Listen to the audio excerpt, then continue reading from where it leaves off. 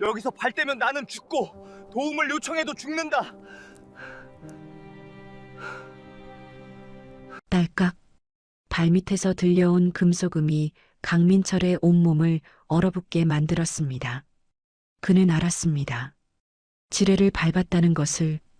새벽 5시 30분, 영하 20도의 두만강 국경 철책선에서 그는 죽음 위에 서게 되었습니다.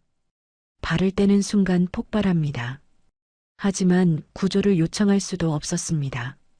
배낭 속에 숨겨둔 나침반과 중국 돈, 석 달간 그려온 탈북 루트 지도가 발각되는 순간 공개 처형입니다.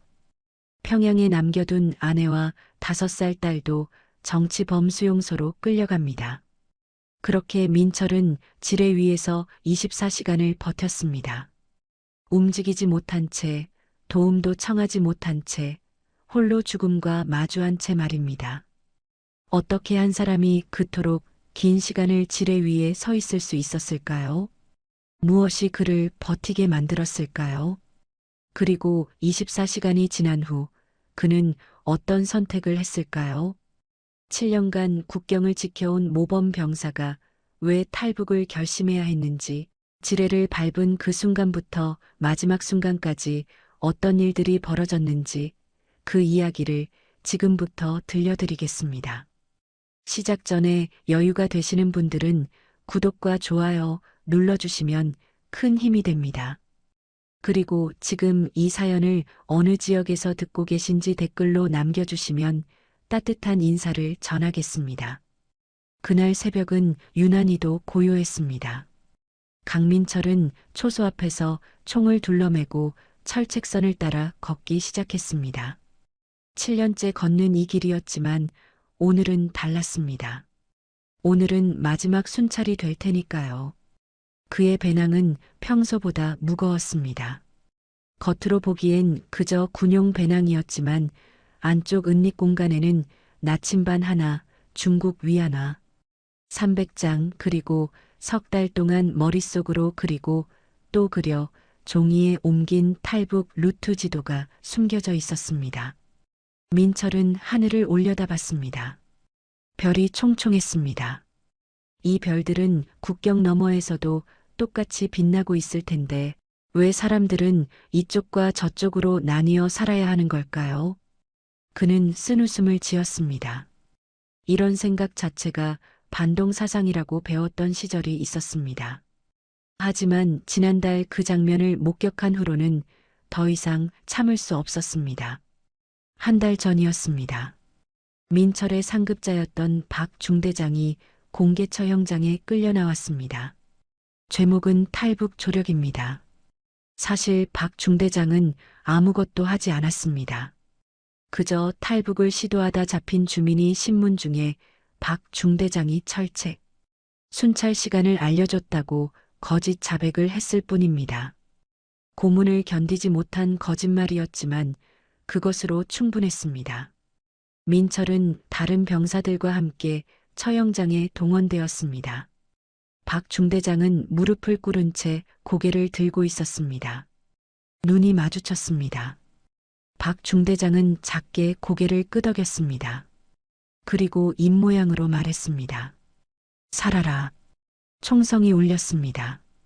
그날 밤부터 민철은 탈북을 준비하기 시작했습니다. 박 중대장의 마지막 말이 머릿속을 떠나지 않았습니다. 살아라. 진짜로 사는 게 뭘까요? 이렇게 매일 죽음을 목격하고 굶주림을 견디고 거짓말을 하고 사는 게 사는 건가요? 민철은 철책을 따라 계속 걸었습니다. 교대 시간까지 30분 남았습니다. 다음 순찰조가 오기 전에 국경을 넘어야 했습니다. 그의 계획은 이랬습니다. 철책 끝자락 감시가 약한 지점에서 철조망을 넘고 얼어붙은 강을 건너 중국 땅으로 들어가는 것입니다. 석 달 동안 매일 밤 이 경로를 머릿속으로 시뮬레이션했습니다. 하지만 마음 한편이 무거웠습니다. 평양에 남겨둘 아내 수진과 딸 지의 생각이었습니다. 지난 추석에 했던 마지막 통화가 떠올랐습니다. 여보, 언제 휴가 나와요? 글쎄, 올해는 힘들 것 같아. 지혜가 아빠 보고 싶대요. 매일 아빠 사진 보면서 잘 자요. 그 통화를 끝으로 연락이 끊겼습니다. 국경부대는 가족 통화도 제한됩니다. 보안 때문이라고 했습니다. 민철은 주먹을 꽉 쥐었습니다. 지금 가족을 두고 떠나는 건 비겁한 일일까요?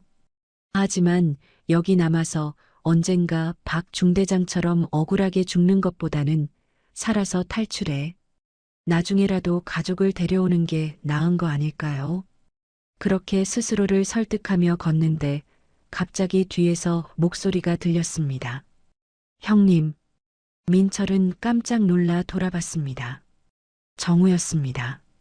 1년 전 이 부대에 배치된 후임 병사였습니다. 28살의 과묵한 청년이었습니다. 정우야, 너 왜 여기 있어? 내 순찰 시간 아니잖아. 잠이 안 와서 나왔습니다. 형님도 일찍 나오셨네요. 정우는 민철의 배낭을 힐끗 쳐다봤습니다. 민철은 가슴이 철렁했습니다. 혹시 눈치챈 걸까요? 하지만 정우는 아무 말 없이 고개를 돌렸습니다. 형님, 별이 많이 보입니다. 그러게. 저쪽 중국에서도 이 별들이 보일까요? 민철은 정우를 똑바로 쳐다봤습니다. 왜 갑자기 중국 이야기를 하는 걸까요? 정우는 여전히 별을 보고 있었습니다. 형님, 저 별들한테는 국경이 없을 것 같습니다. 그냥 다 똑같이 비추잖아요. 정우야, 조심해서 가십시오, 형님. 정우는 그 말을 남기고 초소 쪽으로 돌아갔습니다. 민철은 멍하니 서서 정우의 뒷모습을 바라봤습니다. 저 후임이 모든 걸 알고 있었다는 건가요? 하지만 신고하지 않고 그냥 보내주는 건가요? 민철은 다시 걸었습니다. 이제 더 이상 망설일 시간이 없었습니다. 교대 시간까지 20분 남았습니다. 철제 끝자락이 보이기 시작했습니다. 저기서 철조망을 넘으면 됩니다. 심장이 미친 듯이 뛰었습니다. 바로 그때였습니다. 딸깍. 발밑에서 금소금이 들렸습니다. 민철의 온몸이 순간 얼어붙었습니다. 이건 뭔가요? 지뢰입니다. 대인지뢰 매설구역 표시판은 10m나 뒤에 있었는데 누군가 무단으로 이곳에 추가 매설한 게 분명했습니다.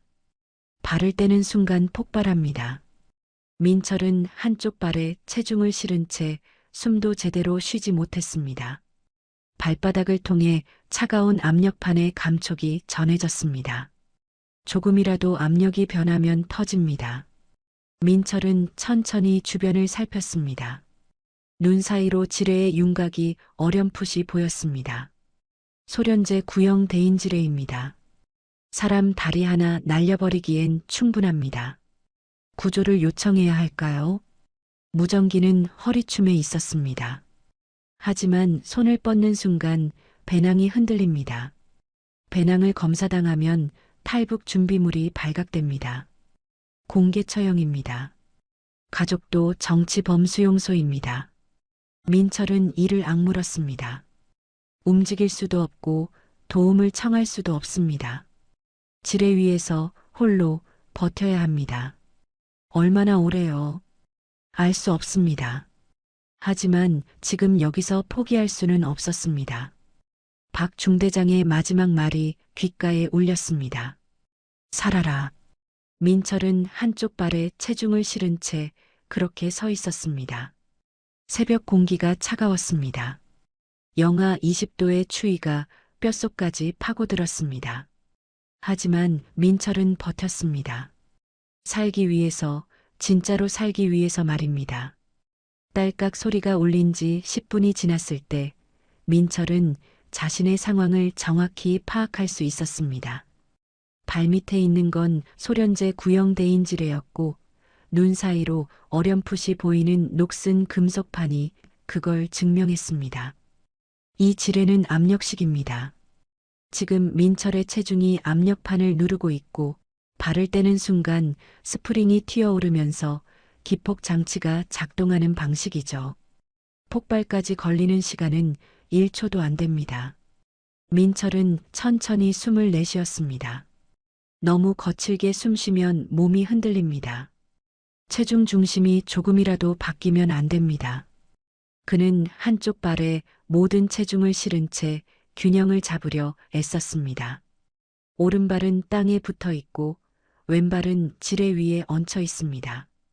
발바닥을 통해 전해지는 압력판의 차가운 감촉이 마치 살아있는 생명체처럼 느껴졌습니다. 무전기를 꺼내야 할까요? 민철은 허리춤에 무전기를 힐끗 내려다봤습니다. 손을 뻗으면 닿을 거리였습니다. 하지만 손을 움직이는 순간 배낭이 흔들립니다. 상체가 기울면 체중 중심이 바뀝니다. 그리고 무전으로 구조를 요청하면 상급자들이 달려올 겁니다. 배낭을 검사할 겁니다. 탈북 준비물이 나옵니다. 나침반, 중국돈, 지도가 쏟아져 나오는 순간 민철의 운명은 결정됩니다. 공개 처형장입니다. 20분이 지나자 첫 번째 고통이 찾아왔습니다. 오른쪽 종아리에서 쥐가 나기 시작한 겁니다. 근육이 실룩거렸고 곧 따끔거리는 통증이 무릎 아래로 퍼졌습니다. 민철은 이를 악물었습니다. 참아야 합니다. 다리를 떨면 안 됩니다. 절대로요. 하지만 몸은 말을 듣지 않았습니다. 종아리 근육이 스스로 수축하기 시작했고 민철은 그 떨림을 온몸으로 감당해야 했습니다. 30분째 민철의 등에 식은땀이 흘렀습니다. 영하 20도의 새벽인데도 말이죠. 공포가 만들어낸 땀이었습니다. 그 땀이 등을 타고 허리까지 흘러내렸고 차가운 바람이 불 때마다 온몸이 얼어붙는 것 같았습니다. 민철은 떨지 않으려고 턱에 힘을 주었습니다. 이빨이 부딪히는 소리가 나면 안 됩니다. 몸이 흔들리면 안 됩니다. 1시간이 지났을 때 하늘이 조금씩 밝아오기 시작했습니다. 동쪽 지평선이 희미하게 붉어졌고 별들이 하나둘 사라졌습니다. 민철은 그 광경을 멍하니 바라봤습니다. 어쩌면 이게 마지막으로 보는 일출일지도 모른다는 생각이 들었습니다. 그러자 갑자기 딸 지혜의 얼굴이 떠올랐습니다. 5살 지혜가 유치원에서 그려온 그림이 생각났습니다. 해가 떠오르는 그림이었죠. 노란 크레용으로 동그랗게 그린 태양과 빨간색으로 칠한 하늘이었습니다. 아빠, 해는 왜 아침마다 떠요? 응? 그야 지혜한테 인사하려고 그러는 거지. 거짓말. 선생님이 그러는데 지구가 도니까 그런 거래요. 우리 지혜 똑똑하네. 그럼 아빠 말도 맞고 선생님 말도 맞는 거야. 그 대화가 언제였죠? 작년 여름이었나요? 민철은 눈을 감았습니다. 눈물이 나올 것 같았습니다. 하지만 울면 안 됩니다. 눈물을 흘리면 얼굴 근육이 움직입니다. 몸이 흔들립니다. 2시간째 발목에서 감각이 사라지기 시작했습니다. 지뢰를 밟은 왼발은 물론이고 체중을 지탱하는 오른발도 마찬가지였습니다. 영하 20도의 추위가 발끝부터 얼려가고 있었습니다. 동상입니다. 민철은 알고 있었습니다. 이대로 몇 시간 더 서 있으면 발가락 몇 개는 잃을 거라는 거리요. 하지만 지금은 그게 중요하지 않았습니다. 발가락을 잃어도 살 수만 있다면 괜찮습니다. 3시간째 해가 완전히 떠올랐습니다. 주변이 환해지면서 민철은 자신의 처지를 더 분명하게 볼 수 있었습니다.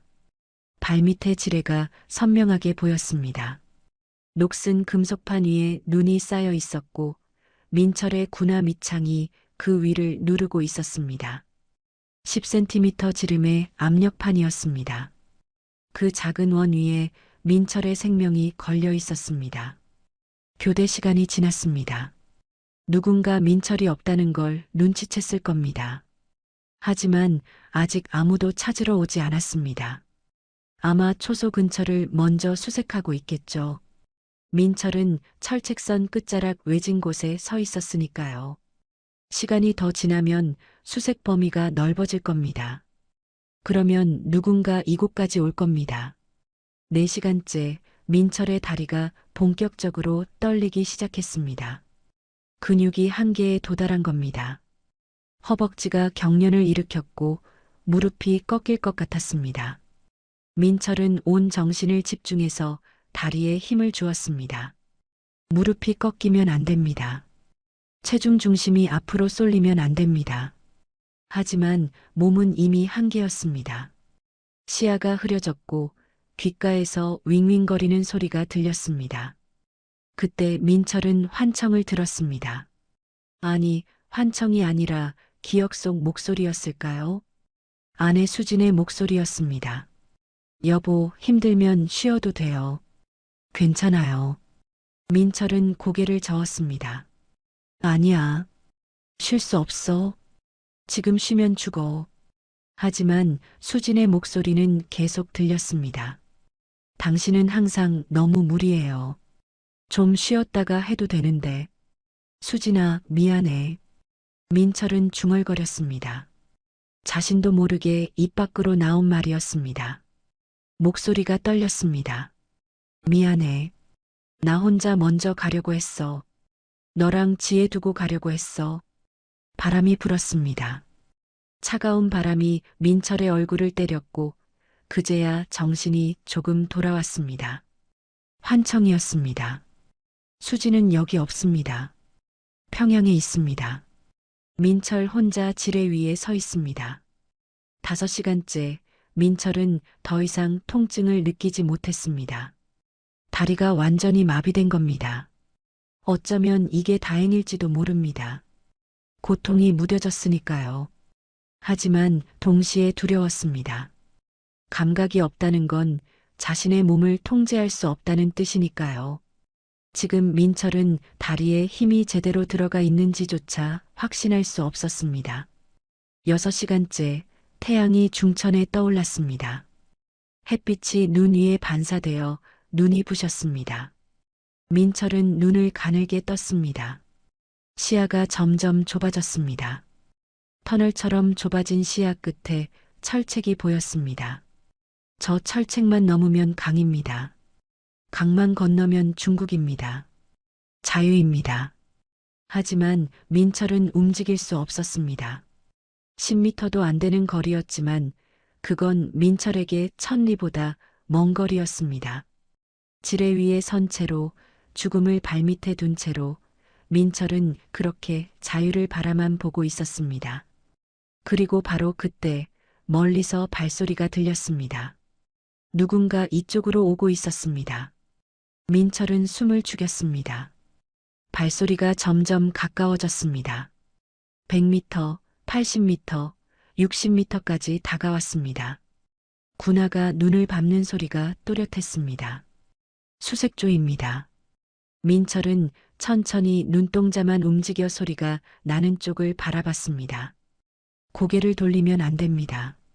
목 근육이 움직이면 몸 전체가 흔들립니다.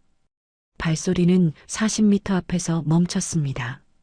민철의 심장이 터질 것 같았습니다. 하지만 이상하게도 그 사람은 더 이상 가까이 오지 않았습니다. 잠시 후 발소리는 방향을 틀어 철책 반대편으로 멀어졌습니다. 수색조가 다른 구역으로 이동한 겁니다. 민철은 천천히 숨을 내쉬었습니다. 일단 넘겼습니다. 하지만 이건 시간 문제일 뿐입니다. 수색 범위는 점점 넓어질 테고 언젠가는 누군가 이곳까지 올 겁니다. 7시간째 민철의 입술이 갈라지기 시작했습니다. 영하의 날씨에 6시간 넘게 서 있었으니 당연한 일이었습니다. 입술에서 피가 배어 나왔고 혀가 말라붙어 입천장에 달라붙었습니다. 목이 탔습니다. 물 한 모금만 마실 수 있다면 얼마나 좋을까요? 하지만 배낭 속 물통은 닿을 수 없는 곳에 있었습니다. 손을 뻗는 순간 모든 게 끝이니까요. 8시간째 민철은 자신의 몸이 조금씩 기울어지고 있다는 걸 느꼈습니다. 의식적으로 버티고 있었지만 근육이 말을 듣지 않았습니다. 척추가 천천히 앞으로 굽어졌고 어깨가 처지기 시작했습니다. 이대로 가다간 중심을 잃고 앞으로 고꾸라질 겁니다. 그러면 지뢰를 밟은 왼발에 더 많은 압력이 가해질 수도 있습니다. 민철은 온 정신을 집중해서 등을 펴려 했습니다. 하지만 몸은 이미 한계를 넘어선 지 오래였습니다. 9시간째 민철은 환각을 보기 시작했습니다. 눈앞에 딸 지혜가 나타났습니다. 5살 지혜가 분홍색 원피스를 입고 민철을 향해 달려오고 있었습니다. 웃으면서 두 팔을 벌리고 있었습니다. 아빠. 민철은 반사적으로 팔을 뻗으려 했습니다. 하지만 팔이 움직이지 않았습니다. 아니, 움직이면 안 된다는 걸 몸이 기억하고 있었습니다. 지혜는 민철 앞에서 멈춰 섰습니다. 고개를 갸웃하고 물었습니다. 아빠, 왜 안 안아줘요? 민철의 눈에서 눈물이 흘렀습니다. 얼굴 근육을 움직이지 않으려 했지만 눈물은 멈출 수 없었습니다. 뜨거운 눈물이 볼을 타고 흘러내렸고 차가운 공기에 닿자마자 얼어붙었습니다. 지혜야, 미안해. 아빠가 지금 너 안아줄 수가 없어. 왜요? 아빠가 지금 움직이면 안 돼. 움직이면 아빠가 다쳐. 지혜는 민철의 발밑을 내려다봤습니다. 그리고 이해한 듯 고개를 끄덕였습니다. 5살 아이가 어떻게 이해할 수 있을까요? 하지만 환각 속 지혜는 알고 있는 것 같았습니다. 그럼 제가 아빠한테 갈게요. 안 돼. 민철이 소리쳤습니다. 실제로 소리가 나왔는지는 모르겠습니다. 하지만 지혜는 멈춰 섰습니다. 여기 오면 안 돼, 지혜야. 위험해. 지혜는 슬픈 표정을 지었습니다. 그리고 천천히 뒤로 물러났습니다. 점점 흐려지더니 이내 사라졌습니다. 민철은 다시 혼자가 되었습니다. 눈앞에는 하얀 눈밭과 철책만 보였습니다. 10시간째 햇빛이 기울기 시작했습니다. 오후가 된 겁니다. 민철은 아침부터 지금까지 10시간을 지뢰 위에 서 있었습니다. 다리는 이미 완전히 얼어붙었고 허리 아래로는 감각이 거의 없었습니다. 상체만 겨우 의식이 남아 있었습니다. 민철은 자신이 아직 살아있다는 게 신기했습니다. 어떻게 사람이 이렇게 오래 버틸 수 있을까요?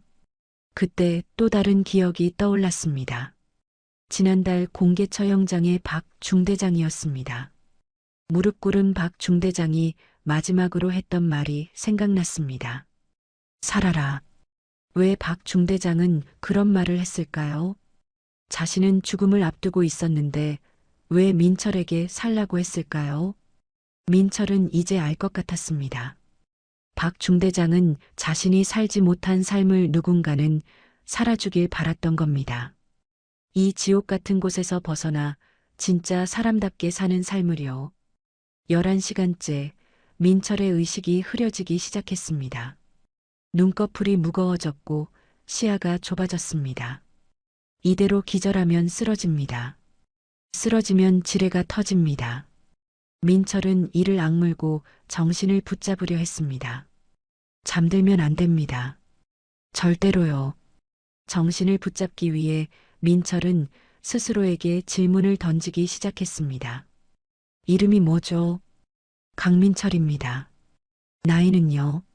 32입니다. 아내 이름은요? 김수진입니다. 딸 이름은요? 강지혜입니다. 지혜 나이는요? 5살입니다. 어디 살아요? 평양입니다. 뭐 하는 사람이에요? 국경경비대 병사입니다. 지금 뭐 하고 있어요? 지뢰를 밟고 서 있습니다. 왜요? 살기 위해서입니다. 살기 위해서요. 그 말을 되뇌는 순간 민철의 정신이 조금 돌아왔습니다. 맞습니다. 살기 위해서입니다. 여기서 포기하면 안 됩니다. 12시간째 해가 완전히 기울었습니다. 그림자가 길어졌고 기온이 더 떨어지기 시작했습니다. 밤이 오고 있었습니다. 민철은 밤을 버틸 수 있을까요? 영하 20도가 밤이 되면 영하 30도 아래로 떨어집니다. 이미 동상에 걸린 다리로 그 추위를 견딜 수 있을까요? 그리고 바로 그때 다시 발소리가 들렸습니다. 이번엔 아침과 달랐습니다. 한 명이 아니라 여러 명의 발소리였습니다. 그리고 목소리도 들렸습니다. 이쪽도 수색했습니까? 아직입니다. 지금 가는 중입니다. 빨리 찾아야 합니다. 벌써 12시간이 지났어요. 수색조가 점점 가까이 오고 있었습니다. 이번엔 정말로 이곳까지 올 것 같았습니다. 민철은 눈을 감았습니다. 이제 끝일까요? 12시간을 버텼지만 결국 여기서 끝나는 걸까요? 하지만 포기할 수 없었습니다. 아직 포기하기엔 이릅니다. 민철은 다시 눈을 떴습니다. 그리고 발소리가 나는 쪽을 바라봤습니다. 50m 앞에서 2명의 병사가 걸어오고 있었습니다. 40m, 30m, 20m까지 다가왔습니다. 그런데 그 중 한 명이 민철을 발견했습니다. 젊은 병사였습니다. 정우였습니다. 민철의 심장이 요동쳤습니다. 1년 전 배치된 후임이었고 새벽에 별을 보며 이상한 말을 건넸던 그 병사였습니다. 정우는 민철을 발견하고 걸음을 멈췄습니다. 눈이 마주쳤습니다. 정우의 얼굴에 놀라움이 스쳤고 곧이어 무언가 깨달은 듯한 표정으로 바뀌었습니다. 정우 옆에 있던 다른 병사가 물었습니다. 왜 멈춰섰어? 뭐 발견했어? 아닙니다. 아무것도 없습니다. 정우는 태연하게 대답했습니다. 그리고 동료 병사의 어깨를 가볍게 쳤습니다. 형, 저쪽 철책 쪽 수색은 제가 할게요. 형은 반대편으로 가세요. 혼자 괜찮겠어? 예, 이 구역은 좁으니까 금방 끝날 겁니다. 동료 병사는 고개를 끄덕이고 반대편으로 걸어갔습니다. 발소리가 점점 멀어졌고 이내 완전히 사라졌습니다. 정우는 주변을 재빨리 살폈습니다. 아무도 없었습니다. 그제야 정우는 천천히 민철에게 다가왔습니다. 10m까지 다가온 정우는 멈춰섰습니다. 민철의 자세를 위에서 아래로 훑어봤습니다. 한쪽 발에 체중을 싣고 미동도 하지 않는 모습을요. 그리고 민철이 밟고 있는 눈 아래 어렴풋이 보이는 금속판을요. 형님, 정우의 목소리가 떨렸습니다. 혹시 지뢰 밟으신 겁니까? 민철은 천천히, 아주 천천히 고개만 끄덕였습니다. 목 근육을 최소한으로만 움직였습니다. 정우의 얼굴이 하얗게 질렸습니다. 언제부터요? 새벽부터. 민철의 목소리는 쉬어 있었습니다. 12시간 동안 제대로 말을 하지 않았으니까요. 목이 말라서 혀가 입천장에 들러붙었고 입술은 갈라져서 피가 배어 나왔습니다. 지금 몇 시간째입니까? 12시간쯤. 정우가 헛숨을 들이켰습니다.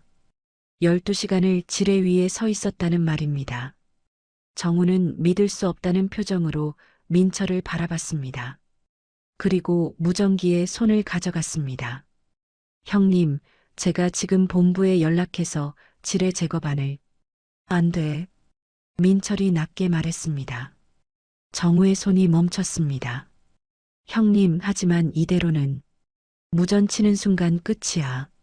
배낭 검사당해. 그러면 나도 끝이고 너도 끝이야.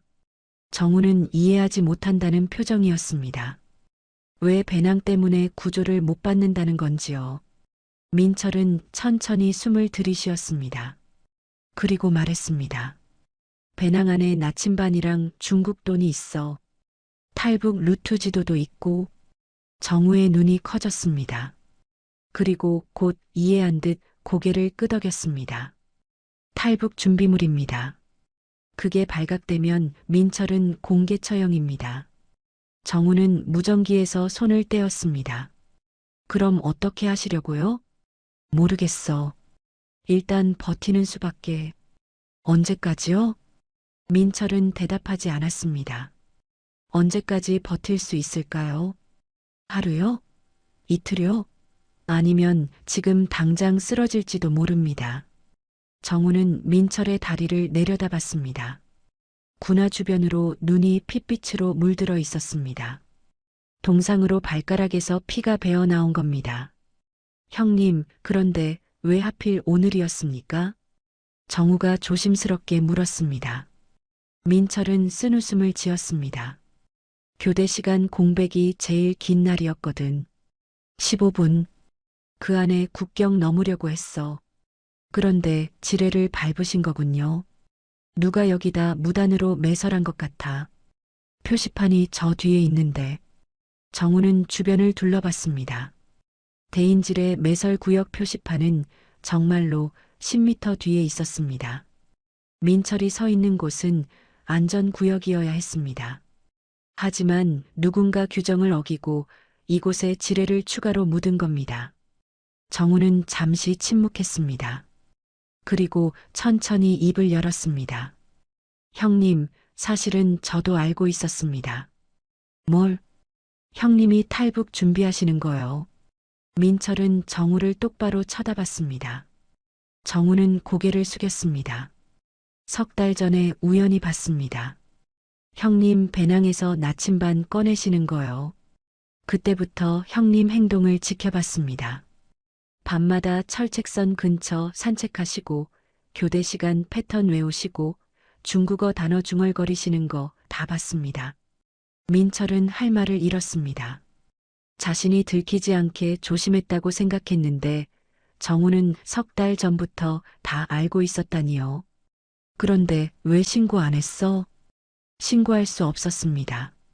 정우가 고개를 들었습니다. 눈에 눈물이 고여 있었습니다. 저도 형님처럼 이곳을 떠나고 싶었으니까요. 민철의 가슴이 철렁 내려앉았습니다. 정우도요. 이 조용하고 말없던 후임이 탈북을 꿈꾸고 있었다니요. 작년에 여동생이 죽었습니다. 9살이었어요. 배급이 끊긴 지 6개월째였고 어머니랑 동생이랑 풀죽만 먹고 있었습니다. 그러다 동생이 영양실조로 쓰러졌는데 병원에 갈 돈이 없었어요. 그냥 집에서 죽었습니다. 정우의 목소리가 떨렸습니다. 동생 장례식도 제대로 못 치렀습니다. 관살 돈이 없어서 그냥 천으로 싸서 묻었어요. 그때 생각했습니다. 이건 사람 사는 곳이 아니구나. 여기선 사람이 사람답게 살 수 없구나. 민철은 아무 말도 할 수 없었습니다. 자신도 비슷한 이유로 탈북을 결심했으니까요. 이곳에서는 사람이 너무 쉽게 죽습니다. 굶어서 죽고, 얼어서 죽고, 억울하게 죽습니다. 그리고 아무도 신경 쓰지 않습니다. 그래서 형님 경로를 연구했습니다. 형님이 언제 가실 건지, 어느 길로 가실 건지요. 저도 형님 따라가려고 했어요. 오늘 교대 시간에 형님 뒤따라갈 계획이었습니다. 정우는 주머니에서 작은 종이 뭉치를 꺼냈습니다. 중국 위안화였습니다. 100장쯤 되어 보였습니다. 이것도 3달 동안 모았어요. 부대 식량 빼돌려 팔고 담배 암거래하고 해서요. 민철은 정우를 다시 봤습니다. 1년 동안 함께 근무했지만 정우에 대해 아무것도 몰랐습니다. 이 과묵한 후임이 이런 아픔을 안고 살았다는 것도 탈북을 준비하고 있었다는 것도요. 정우야. 예, 형님. 나는 이미 끝났어. 하지만 너는 아직 기회가 있어. 정우가 고개를 저었습니다.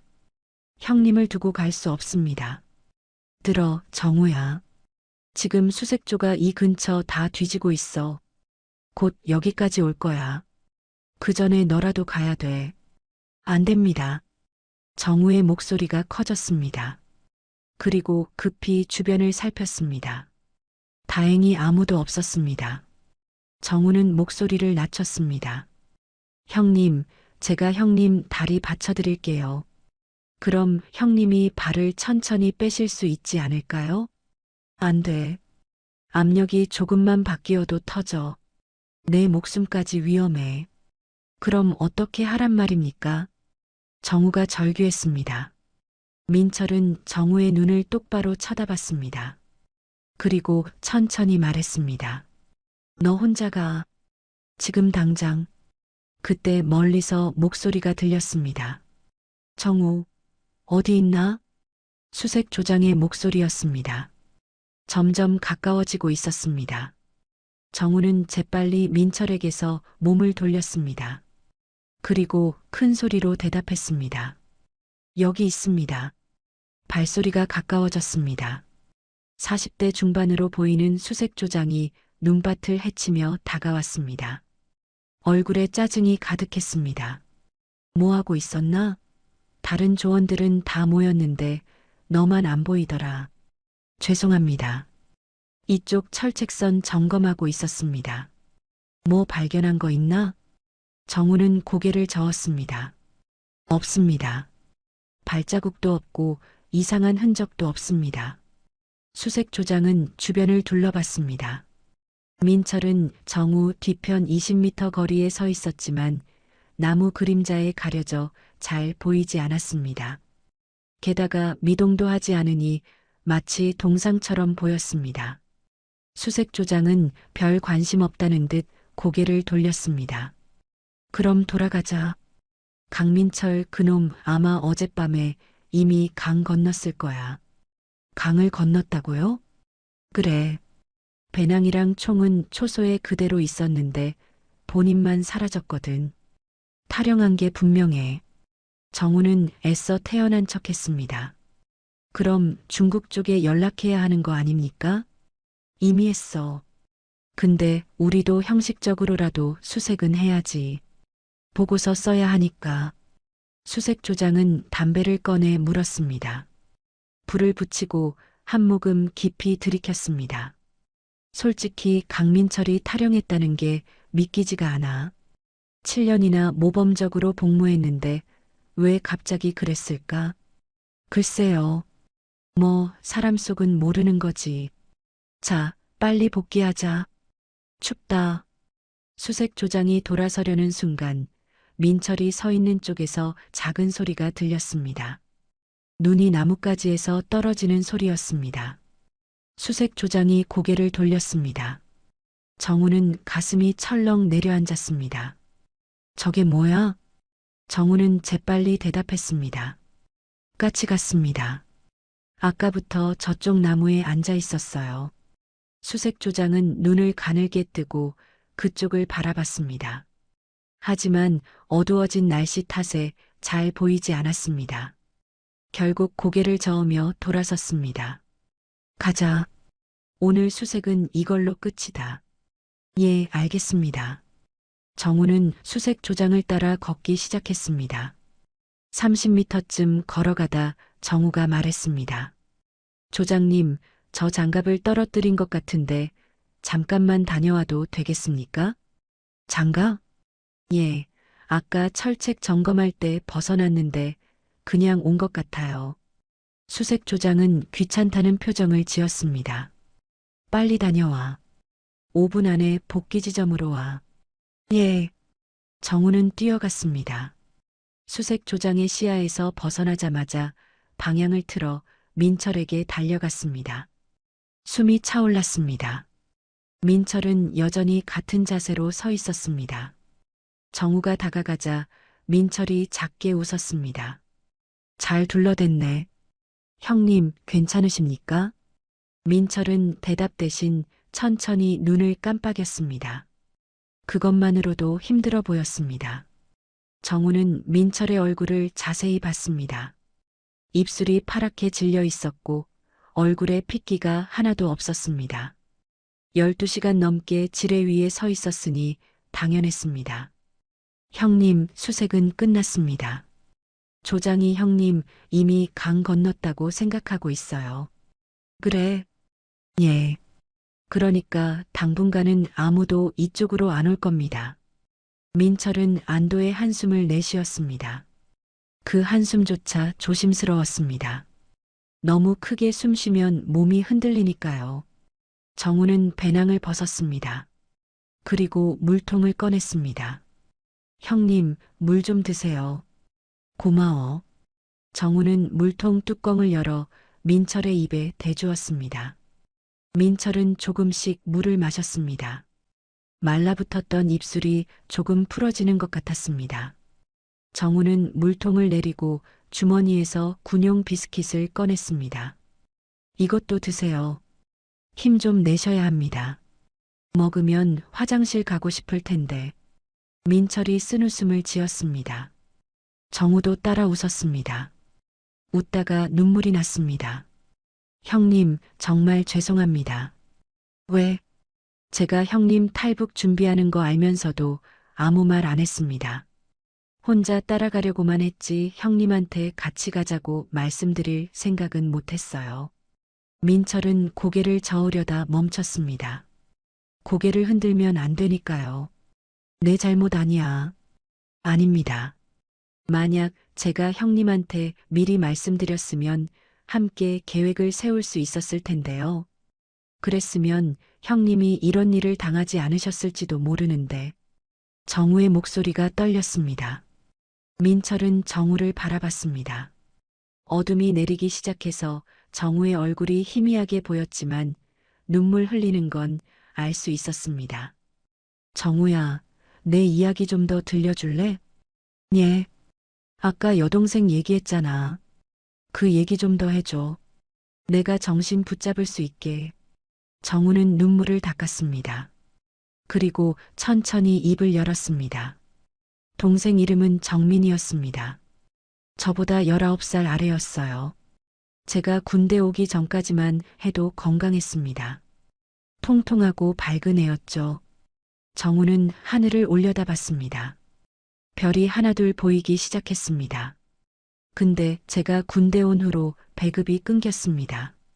처음엔 한 달에 한 번씩 나오다가 2달에 한 번, 3달에 한 번이 되더니 나중엔 아예 안 나왔어요. 어머니가 장사를 하셨지만 먹고 살기도 빠듯했습니다. 민철은 조용히 들었습니다. 정우의 이야기는 민철의 가족 이야기이기도 했습니다. 모두가 겪는 일이었으니까요. 작년 여름부터 정민이가 밥을 제대로 못 먹었습니다. 어머니가 풀죽을 끓여주셨는데 그것도 하루에 한 끼였어요. 정민이가 점점 말라갔습니다. 뼈만 남았어요. 정우의 목소리가 잠겼습니다. 가을쯤 정민이가 쓰러졌습니다. 영양실조였어요. 병원에 가야 했는데 돈이 없었습니다. 어머니가 집에 있던 거 다 팔았어요. 이불도 팔고 옷도 팔고 제 군화도 팔았습니다. 근데 그것도 병원비엔 턱없이 모자랐어요. 민철의 가슴이 먹먹해졌습니다. 그래서 어떻게 됐어? 정민이는 그냥 집에서 죽었습니다. 아무 치료도 못 받고요. 마지막에 정민이가 뭐라고 했는지 아십니까? 정우가 민철을 똑바로 쳐다봤습니다. 배고파요, 오빠. 밥 먹고 싶어요. 정우는 더 이상 참지 못하고 흐느꼈습니다. 어깨가 들썩였습니다. 9살짜리가 죽으면서 한 말이 그거였어요. 밥 먹고 싶다고. 형님, 이게 나라입니까? 아이들이 굶어 죽는 게 나라입니까? 민철도 눈물이 났습니다. 눈물을 참으려 했지만 소용없었습니다. 뜨거운 눈물이 볼을 타고 흘러내렸습니다. 그때 결심했습니다. 여기서 나가야겠다고. 정민이가 살지 못한 삶을 제가 대신 살아야겠다고요. 정우는 주머니에서 작은 사진을 꺼냈습니다. 구겨진 흑백 사진이었습니다. 어린 여자아이가 웃고 있는 사진이었습니다. 이게 정민이 마지막 사진입니다. 죽기 6개월 전에 찍었어요. 민철은 그 사진을 보며 자기 딸 지혜를 떠올렸습니다. 지혜도 저렇게 웃을까요? 아니면 벌써 웃음을 잃었을까요?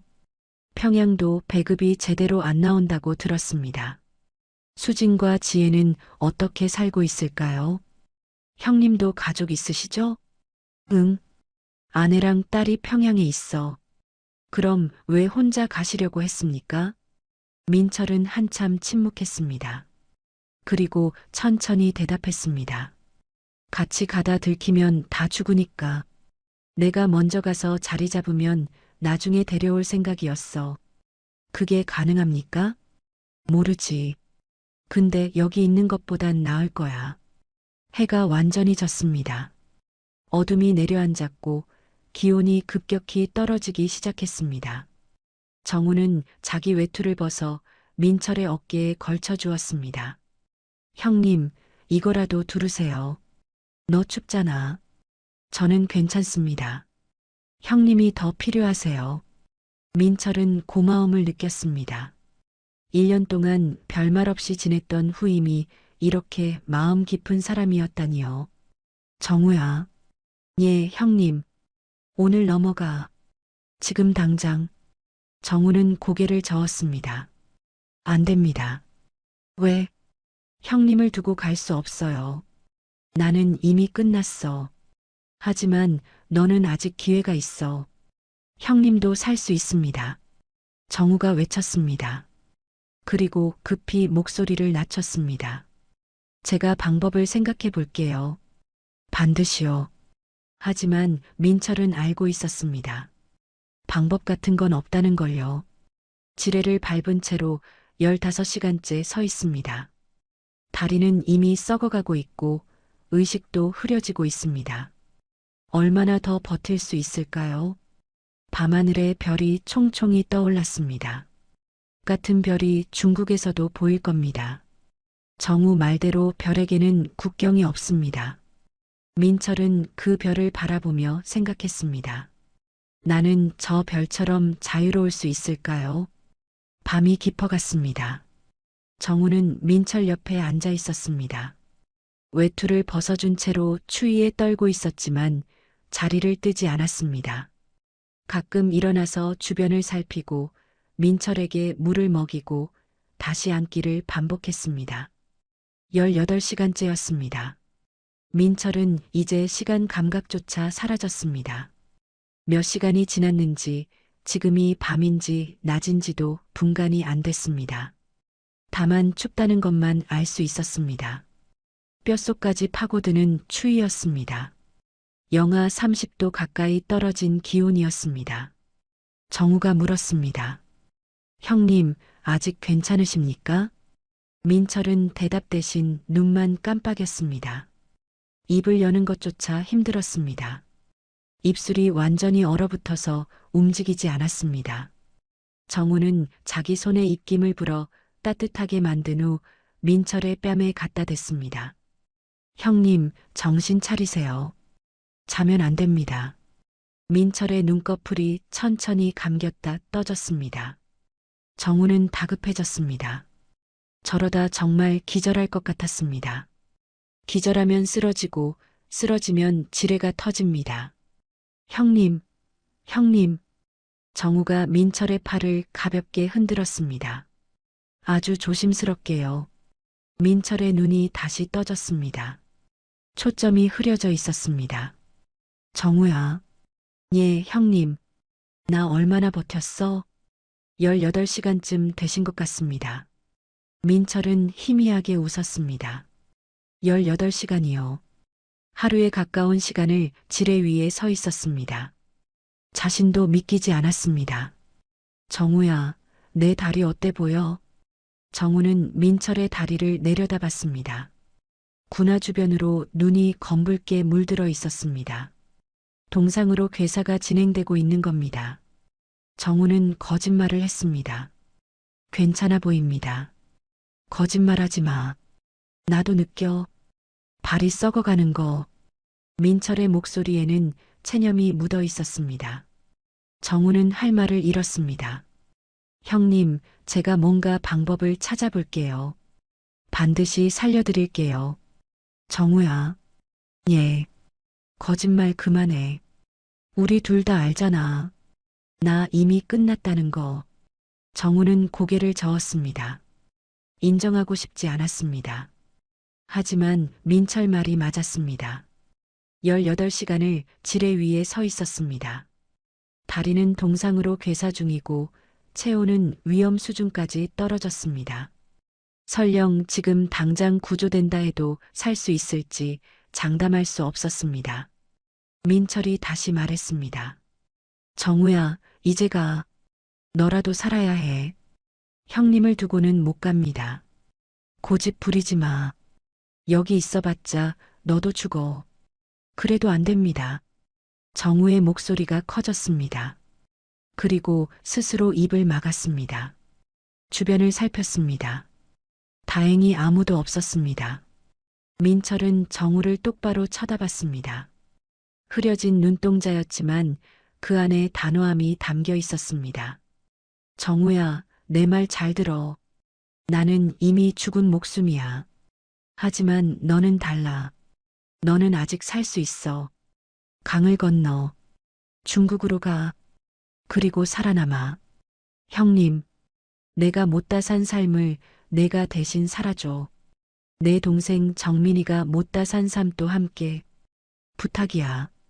정우의 눈에서 눈물이 쏟아졌습니다.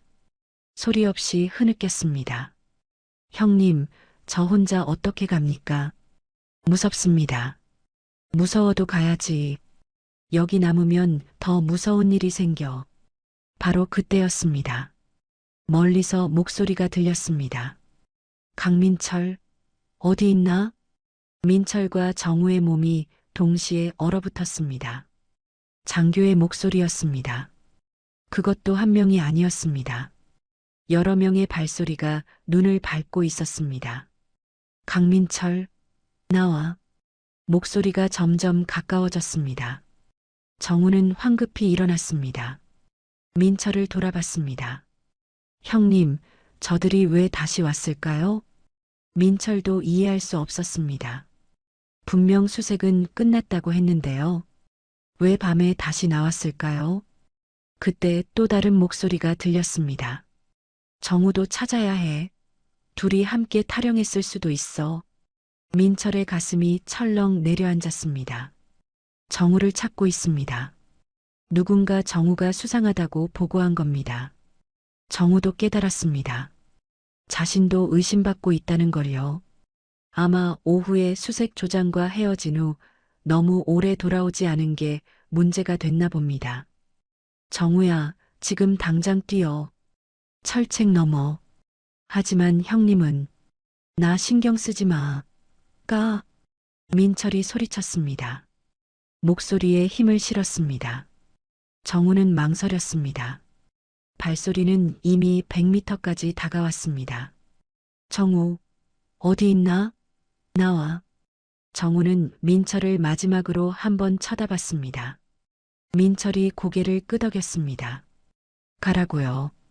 지금 당장요. 정우는 결심한 듯 배낭을 둘러맸습니다. 그리고 주머니에서 중국 돈 뭉치를 꺼내 민철 발밑에 놓았습니다. 형님, 이거라도 가지세요. 나중에 혹시라도 필요하실지 모르니까. 정우야. 예, 형님. 꼭 살아남아. 형님도 꼭 살아남으세요. 약속하세요. 민철은 대답할 수 없었습니다. 거짓말을 하고 싶지 않았으니까요. 정우는 울먹이며 고개를 숙여 인사했습니다. 형님, 은혜 잊지 않겠습니다. 그리고 철책을 향해 뛰기 시작했습니다. 어둠 속으로 사라지는 정우의 뒷모습을 보며 민철은 속으로 빌었습니다. 제발 무사히 강을 건너게 해달라고요. 발소리가 50m까지 다가왔습니다. 이제 곧 이곳까지 올 겁니다. 민철은 천천히 숨을 들이켰습니다. 준비해야 합니다. 잡히는 순간을 말이죠. 40m, 30m, 20m까지 다가왔습니다. 손전등 불빛이 나무 사이로 비쳤습니다. 민철은 눈을 감았습니다. 이제 끝입니다. 그런데 이상한 일이 벌어졌습니다. 철책 쪽에서 큰 소리가 들린 겁니다. 철조망이 끊어지는 소리였습니다. 정우가 철책을 넘고 있는 겁니다. 저기다. 철책 쪽이다. 장교들이 소리쳤습니다. 발소리가 방향을 틀었습니다. 민철이 있는 곳에서 멀어져 철책 쪽으로 향했습니다. 탈북병이다. 쏴. 총성이 울렸습니다. 타타탕. 자동 소총 발사음이었습니다. 민철은 눈을 떴습니다. 철책 쪽을 바라봤습니다. 어둠 속에서 손전등 불빛들이 움직이고 있었습니다. 그리고 그 너머로 작은 인형이 강을 향해 달리는 게 보였습니다. 정우였습니다. 민철은 이를 악물었습니다. 뛰어, 정우야. 멈추지 마. 강만 건너면 돼. 다시 총성이 울렸습니다. 하지만 정우는 쓰러지지 않았습니다. 계속 달렸습니다. 얼어붙은 강 위로 올라섰습니다. 장교들이 철책까지 왔습니다. 하지만 철책을 넘지 못했습니다. 규정상 국경을 넘어가면 국제 문제가 되니까요. 그들은 그저 총을 쏠 뿐이었습니다. 정우는 강 한가운데까지 갔습니다. 그리고 미끄러졌습니다. 얼음 위에서 넘어진 겁니다. 민철의 심장이 멈췄습니다. 일어나, 정우야. 정우가 일어났습니다. 다시 달렸습니다. 강 건너편까지 20m 남았습니다. 10m, 5m. 정우가 중국 땅에 발을 디뎠습니다. 민철은 안도의 한숨을 내쉬었습니다. 해냈습니다. 정우가 해냈습니다. 장교들은 총을 내렸습니다. 더 이상 쏠 수 없었습니다. 국경을 넘어간 사람에게 총을 쏘면 중국과의 외교 문제가 됩니다. 그들은 욕설을 퍼부으며 돌아섰습니다. 빌어먹을. 놓쳤어. 보고해야 해. 탈북병 발생이라고. 발소리가 점점 멀어졌습니다. 민철은 강 건너편을 바라봤습니다. 어둠 속에서 정우가 이쪽을 보고 있는 게 느껴졌습니다. 민철은 천천히 손을 들어 흔들었습니다. 마지막 힘을 다해서요. 잘 가, 정우야. 살아남아.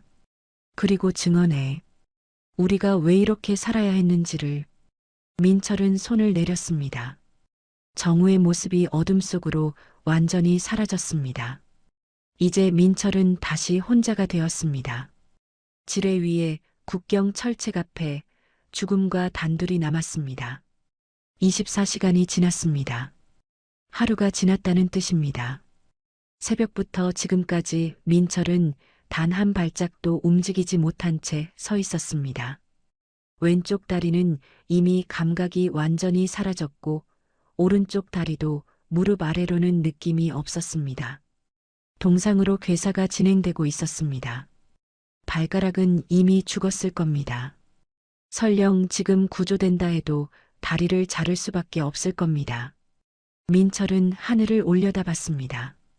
별이 가득했습니다. 북두칠성이 보였고 북극성이 보였습니다. 저 별들을 따라가면 북쪽입니다. 하지만 민철이 가야 할 곳은 남쪽이 아니라 동쪽이었습니다. 중국이 있는 쪽입니다.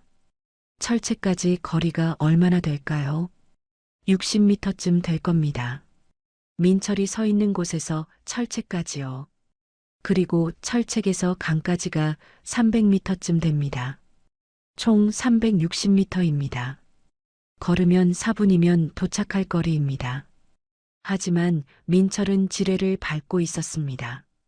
발을 떼는 순간 폭발합니다. 민철은 천천히 배낭을 내려다봤습니다. 등에 맨 배낭이 무거웠습니다. 이 안에 나침반과 지도가 들어 있습니다. 탈북 준비물입니다. 민철은 조심스럽게 어깨끈을 풀었습니다. 상체만 아주 천천히 움직였습니다. 하체는 미동도 하지 않았습니다. 배낭이 땅에 떨어졌습니다. 민철은 한쪽 무릎을 천천히 굽혔습니다. 체중 중심을 최대한 유지한 채로요. 배낭을 열었습니다. 나침반을 꺼냈습니다. 주머니에 넣었습니다. 지도도 꺼냈습니다. 주머니에 넣었습니다. 그리고 정우가 놓고 간 중국 돈을 집어들었습니다. 100장의 위안화였습니다. 민철은 그 돈을 만지작거렸습니다. 정우가 석 달 동안 모은 돈입니다. 여동생이 죽은 후 탈북을 결심하고 하루하루 모은 돈입니다. 민철은 그 돈도 주머니에 넣었습니다. 이제 배낭은 텅 비었습니다. 민철은 배낭을 옆으로 밀어냈습니다. 그리고 천천히 다시 일어섰습니다. 상체만 움직였습니다. 하체는 여전히 고정되어 있었습니다. 민철은 철책을 바라봤습니다. 60m 거리였습니다. 정우가 넘어간 그 철책입니다. 철조망이 일부 끊어져 있었습니다. 정우가 절단한 부분입니다. 저기로 가면 됩니다. 저 틈으로 빠져나가면 강입니다. 하지만 어떻게 가죠? 지뢰를 밟고 있는데요. 민철은 자신의 발을 내려다봤습니다. 군화 밑에 지뢰 압력판이 있습니다. 소련제 구형 대인지뢰입니다. 폭발력은 사람 다리 하나 날려버릴 정도입니다. 발을 떼면 터집니다. 그렇다면 터뜨리면 어떻게 될까요? 민철은 계산하기 시작했습니다. 지뢰가 터지는 순간 폭발 방향은 위쪽입니다. 압력판에서 발이 떨어지면 스프링이 튀어오르고 뇌관이 기폭되면서 화약이 폭발합니다. 폭발력은 주로 위로 향합니다. 다리를 노리는 겁니다.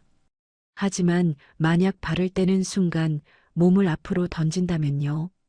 폭발보다 빠르게 앞으로 날아간다면요. 폭풍은 등을 스칠 겁니다. 다리는 찢어질 겁니다. 하지만 죽지는 않을지도 모릅니다. 아니, 죽을 확률이 더 높습니다. 하지만 지금 여기 서 있어도 죽습니다. 동상으로 죽거나 저체온증으로 죽거나 아니면 장교들이 다시 와서 총으로 쏴 죽이거나요. 민철은 장교들을 떠올렸습니다. 아까 정우를 쫓아갔던 그들입니다. 탈북병 발생을 보고했을 겁니다. 그러면 상부에서 지시가 내려올 겁니다. 철저히 수색하라고요. 공모자가 있을 수 있으니 다시 조사하라고요. 그럼 새벽쯤 다시 올 겁니다. 이곳까지 올 겁니다. 민철을 발견할 겁니다. 배낭을 뒤질 겁니다. 아니, 배낭은 이미 비었습니다. 탈북 준비물은 모두 주머니에 있습니다. 하지만 배낭 자체가 증거입니다. 왜 배낭을 여기 두고 갔느냐고 물을 겁니다. 의심할 겁니다. 몸수색을 할 겁니다. 그러면 끝입니다. 민철은 결심했습니다. 여기서 잡히느니 차라리 폭발과 함께 앞으로 나아가겠습니다. 살 확률은 거의 없습니다. 하지만 제로는 아닙니다. 그리고 설령 죽는다 해도 여기서 무릎 꿇고 총 맞아 죽는 것보다는 낫습니다. 자유를 향해 뛰다 죽는 게 낫습니다. 민철은 심호흡을 했습니다. 차가운 공기가 폐를 채웠습니다. 24시간 만에 제대로 들이마시는 숨이었습니다.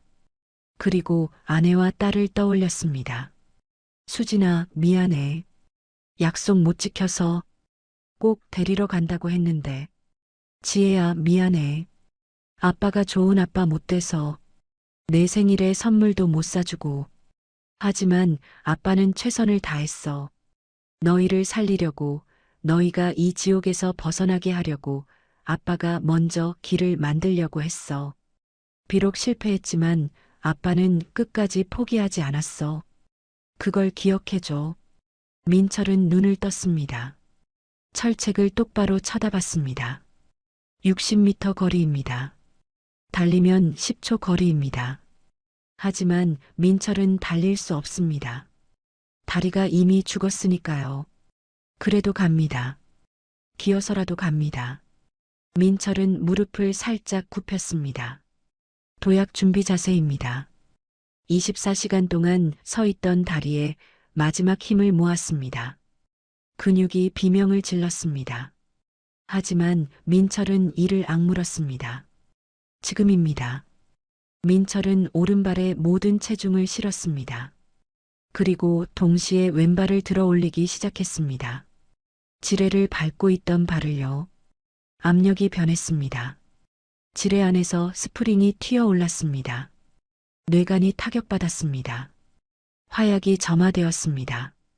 민철은 온 힘을 다해 앞으로 몸을 던졌습니다. 마치 물속으로 다이빙하듯이요. 두 팔을 앞으로 뻗고 상체를 숙이고 모든 힘을 다해 앞으로 날아갔습니다. 그리고 세상이 폭발했습니다. 콱광! 귀가 멍했습니다. 폭음이 고막을 찢었습니다. 뒤에서 뜨거운 바람이 밀려왔습니다. 화염이 민철의 등을 핥히고 지나갔습니다. 옷이 타들어갔습니다. 피부가 그을렸습니다. 그리고 왼쪽 다리에서 무언가 찢어지는 느낌이 들었습니다. 하지만 민철은 날고 있었습니다. 아니, 떨어지고 있었습니다. 앞으로 던진 몸이 포물선을 그리며 낙하했습니다. 1m, 2m, 3m를 날아가 눈밭에 떨어졌습니다. 쾅! 얼굴부터 처박혔습니다. 입에 눈이 들어왔습니다. 코가 부러진 것 같았습니다. 하지만 살아있었습니다. 민철은 눈 속에 얼굴을 묻은 채 숨을 헐떡였습니다. 살았습니다. 지뢰가 터졌는데 살았습니다. 믿을 수 없었습니다. 하지만 기뻐할 시간은 없었습니다. 왼쪽 다리에서 고통이 밀려왔습니다. 불에 달군 쇠로 다리를 지지는 것 같은 고통이었습니다. 민철은 비명을 삼켰습니다. 소리를 내면 안 됩니다. 장교들이 들을 겁니다. 민철은 천천히 고개를 들었습니다. 뒤를 돌아봤습니다. 지뢰가 있던 자리에 구덩이가 파여 있었습니다. 연기가 피어올랐습니다. 그리고 그 주변에 핏자국이 튀어 있었습니다. 민철의 피였습니다. 민철은 자신의 왼쪽 다리를 내려다봤습니다. 군화가 반쯤 찢어져 나갔습니다. 발목 아래가 피투성이었습니다. 살점이 터져 나왔고 뼈가 보였습니다. 하지만 다리는 아직 붙어 있었습니다. 완전히 날아가지는 않았습니다. 기적이었습니다. 민철은 이를 악물고 일어나려 했습니다. 하지만 왼쪽 다리에 힘이 들어가지 않았습니다. 당연했습니다. 이미 동상으로 괴사된 다리였고 거기에 폭발까지 당했으니까요. 그렇다면 기어가야 합니다. 민철은 두 팔로 땅을 짚었습니다. 그리고 기어가기 시작했습니다. 철책을 향해서요. 50m 남았습니다. 40m, 30m. 뒤에서 목소리가 들렸습니다. 지뢰 폭발이다. 저쪽이다. 장교들이 달려오고 있었습니다. 폭발음을 들은 겁니다. 민철은 기어가는 속도를 높였습니다. 팔로 눈을 긁어내며 앞으로 나아갔습니다. 피가 눈밭을 붉게 물들였습니다. 20m, 10m. 저기다. 저 새끼다. 총성이 울렸습니다. 타타탕. 총알이 민철의 옆을 스쳐 지나갔습니다. 눈밭에 구멍이 뚫렸습니다. 흙먼지가 튀었습니다. 민철은 몸을 낮추고 계속 기어갔습니다. 팔로 눈을 긁어내고 무릎으로 땅을 밀고 온몸을 질질 끌며 앞으로 나아갔습니다. 철책까지 10m 남았습니다. 다시 총성이 울렸습니다. 이번엔 민철의 오른쪽 어깨를 관통했습니다. 뜨거운 무언가가 살을 뚫고 지나갔습니다. 민철은 비명을 삼켰습니다. 소리를 내면 안 됩니다. 이를 악물고 계속 기어갔습니다. 어깨에서 피가 쏟아졌지만 멈출 수 없었습니다. 7m, 5m. 장교들의 목소리가 점점 가까워졌습니다. 움직이지 마. 쏜다. 저 새끼 미쳤나? 계속 기어간다. 다리 쏴. 다리. 타탕. 총알이 민철의 허벅지를 스쳤습니다. 살점이 찢어졌습니다. 하지만 뼈는 멀쩡했습니다. 민철은 계속 기어갔습니다. 2m 남았습니다. 철책이 눈앞에 있었습니다. 정우가 끊어놓은 철조망 틈이 보였습니다. 민철은 마지막 힘을 다해 팔을 뻗었습니다.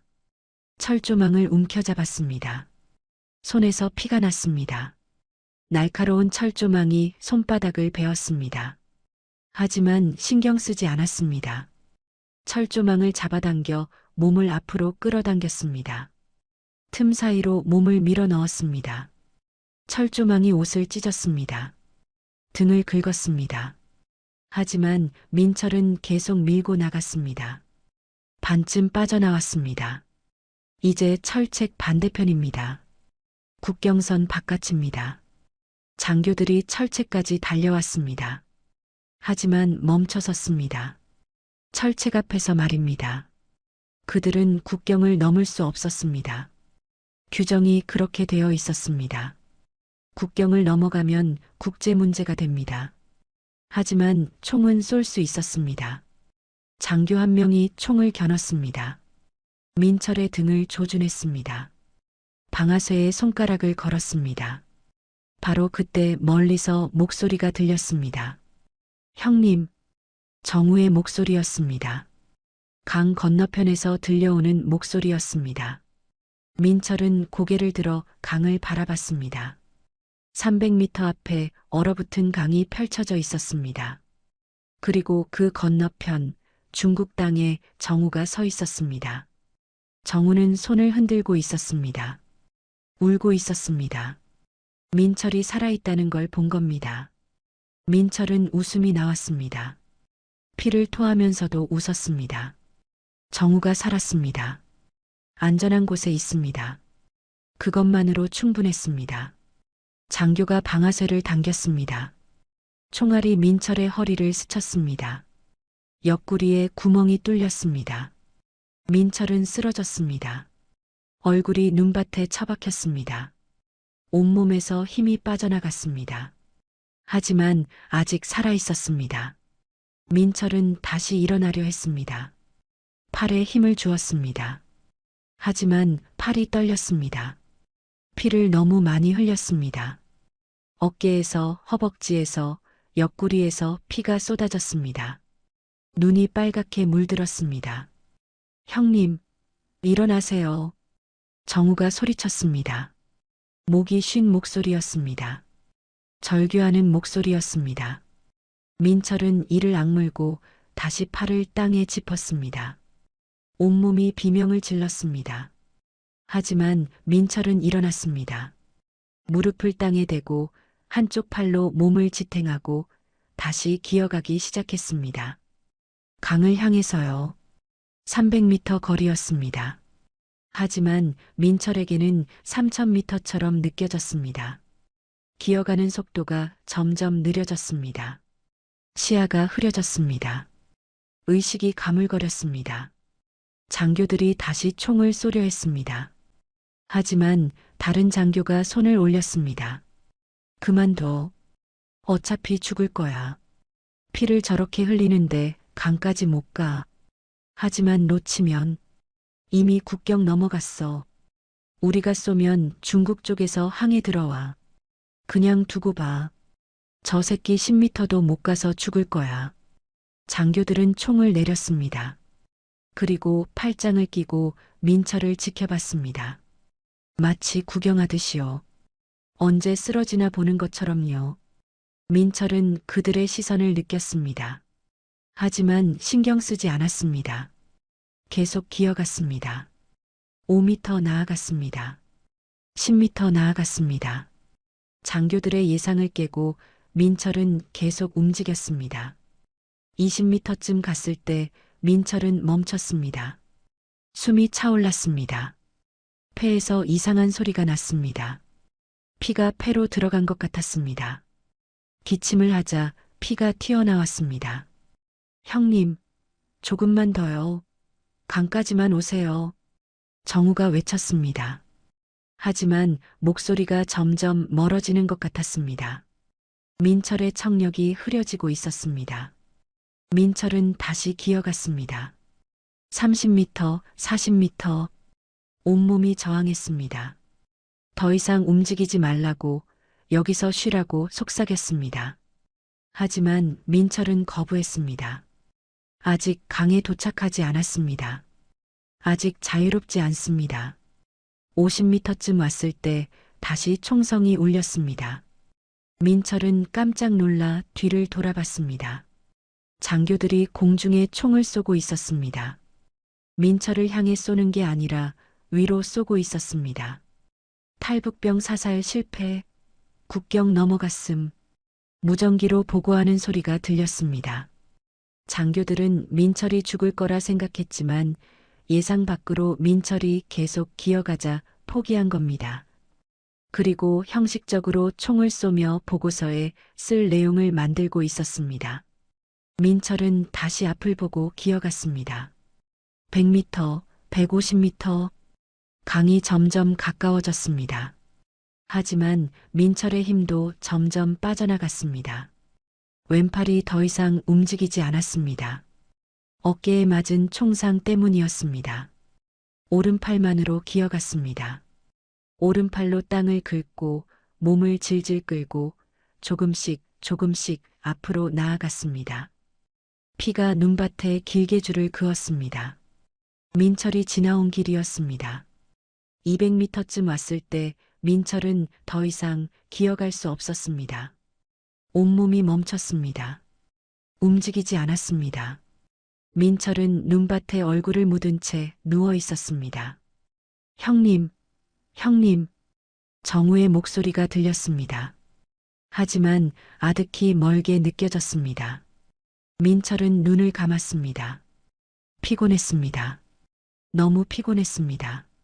24시간 동안 지뢰 위에 서 있었고, 폭발을 겪었고, 총을 맞았고, 200m를 기어왔습니다. 이제 쉬고 싶었습니다. 하지만 정우의 목소리가 계속 들렸습니다. 형님, 포기하지 마세요. 강까지만 와요. 100m만 더요. 100m요. 민철은 눈을 떴습니다. 고개를 들었습니다. 강이 보였습니다.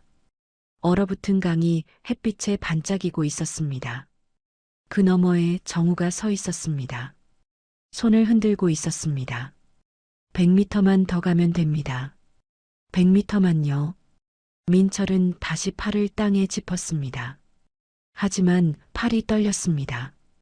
힘이 들어가지 않았습니다. 너무 많은 피를 흘렸습니다. 의식이 희미해졌습니다. 그때 민철은 환각을 받습니다. 딸 지혜가 나타났습니다. 5살 지혜가 분홍색 원피스를 입고 민철 앞에 쪼그려 앉았습니다. 웃고 있었습니다. 아빠 일어나요. 지혜야. 아빠 조금만 더 가면 돼요. 저기 봐요. 지혜가 강을 가리켰습니다. 저기 가면 아빠 자유로워져요. 그러면 나중에 저랑 엄마도 데리러 올 수 있어요. 정말? 응. 그러니까 일어나요, 아빠. 지혜가 민철의 손을 잡았습니다. 작고 따뜻한 손이었습니다. 민철은 그 손을 느꼈습니다. 환각인 걸 알았지만 그래도 좋았습니다. 알았어, 지혜야. 아빠 일어날게. 민철은 다시 팔에 힘을 주었습니다. 마지막 남은 힘을 모두 짜냈습니다. 그리고 기어갔습니다. 한 뼘, 또 한 뼘씩 앞으로 나아갔습니다. 지혜는 민철 옆에서 함께 걸었습니다. 아니, 기어가는 민철 곁을 따라 걸었습니다. 아빠 잘하고 있어요. 조금만 더요. 민철은 계속 기어갔습니다. 250m, 280m, 강이 눈앞까지 다가왔습니다. 그리고 드디어 민철의 손이 얼음을 만졌습니다. 강에 도착한 겁니다. 민철은 얼음 위로 기어 올랐습니다. 차가운 얼음이 피투성이 몸을 식혔습니다. 하지만 민철은 계속 기어갔습니다. 강 한가운데로요. 중국을 향해서요. 정우가 달려왔습니다. 강을 건너 민철에게 달려왔습니다. 형님, 형님. 정우가 민철을 안아 일으켰습니다. 민철은 정우의 품에 안긴 채 숨을 헐떡였습니다. 정우야. 예, 형님. 나 살았어? 예, 살아계십니다. 민철은 웃었습니다. 피를 토하면서도 웃었습니다. 살았습니다. 지뢰를 밟고 24시간을 버텼고 폭발을 겪었고 총을 맞았고 300m를 기어왔지만 살았습니다. 자유를 향해 나아갔고 마침내 도착했습니다. 정우는 민철을 부축해 일으켰습니다. 민철의 팔을 자신의 어깨에 두르고 허리를 감싸 안았습니다. 민철의 몸에서 피가 계속 흘러나왔습니다. 정우의 옷이 순식간에 빨갛게 물들었습니다. 형님, 제가 업고 갈게요. 중국 땅까지만 가면 됩니다. 민철은 고개를 저으려 했습니다. 하지만 목에 힘이 없었습니다. 고개가 앞으로 떨어졌습니다. 정우는 민철을 더 꽉 붙잡았습니다. 형님, 정신 차리세요. 조금만 더입니다. 100m만요. 정우는 민철을 거의 끌다시피 하며 얼음 위를 걸었습니다. 강 한가운데였습니다. 북한 쪽 강변에서 150m쯤 떨어진 지점이었습니다. 중국 쪽 강변까지는 아직 150m가 남았습니다. 북한 장교들이 강변에 늘어서서 지켜보고 있었습니다. 총을 겨누고 있었지만 쏘지는 않았습니다. 이미 국경선을 넘어선 상태였고 중국 쪽에서 항의가 들어올 게 뻔했으니까요. 정우는 계속 걸었습니다. 하지만 민철의 몸이 점점 무거워졌습니다. 힘이 빠져나가고 있었습니다. 50m쯤 갔을 때 민철의 다리가 완전히 풀렸습니다. 정우는 민철을 끌고 갔습니다. 민철의 발이 얼음 위를 긁었습니다. 피가 얼음에 선을 그었습니다. 형님, 조금만 더 버티세요. 100m만요. 민철은 희미하게 대답했습니다. 정우야. 예, 형님. 그만둬. 뭐려? 나 내려놔. 여기서. 정우는 고개를 저었습니다. 안 됩니다. 끝까지 가야 합니다. 안 돼. 나 이미 끝났어. 민철의 목소리가 점점 약해졌습니다. 숨소리가 가늘어졌습니다. 정우는 민철을 더 꽉 붙잡았습니다. 형님, 포기하지 마세요. 하지만 민철의 몸에서 힘이 완전히 빠졌습니다. 정우는 더 이상 끌고 갈 수 없었습니다. 천천히 민철을 얼음 위에 눕혔습니다. 강 한가운데였습니다. 북한도 아니고 중국도 아닌 국경선 위였습니다. 민철은 하늘을 올려다봤습니다. 새벽 하늘이 밝아오고 있었습니다. 별이 사라지고 있었습니다. 해가 곧 뜰 겁니다. 민철은 이틀째 맞이하는 일출이었습니다. 지뢰를 밟고 24시간을 버텼고 폭발을 겪고 총을 맞고 여기까지 왔습니다. 정우가 민철의 손을 잡았습니다. 형님, 저 병원 찾아올게요. 중국 병원 있을 겁니다. 기다리세요. 안 돼. 왜요? 시간 없어. 나 알아. 내 몸 상태. 민철은 천천히 자신의 몸을 내려다봤습니다.